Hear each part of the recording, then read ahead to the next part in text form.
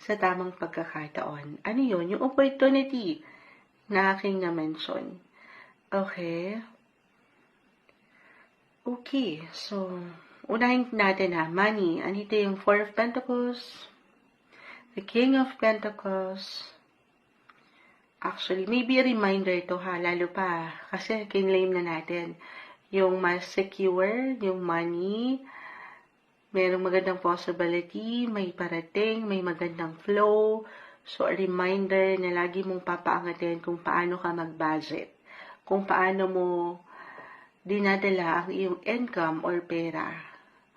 Yung tamang responsibility daw po sana ay mapaangat kung paano mo hinahandle or pangahawakan ng iyong finances. Okay? Pero ito yun, kita mo. Yakap-yakap mo ni. So, as a Leo, may tendency rin na yung pagiging generous or pagiging bukas mo na hindi naman masama. Okay, pero magtitira ka rin doon sa, kumbaga, save for the rainy days. Nang hindi ka, kumbaga, syempre, deserve yan, Moonchild. Deserve ko to. Deserve na deserve mo naman, Leo. Pero, take it easy kasi the Fool ay narito. Parang, nandyan yung pabigla-bigla ka lang. Especially right now, si Mars, the planet of energy, action. So, andyan pa rin sa inyong sign, Leo.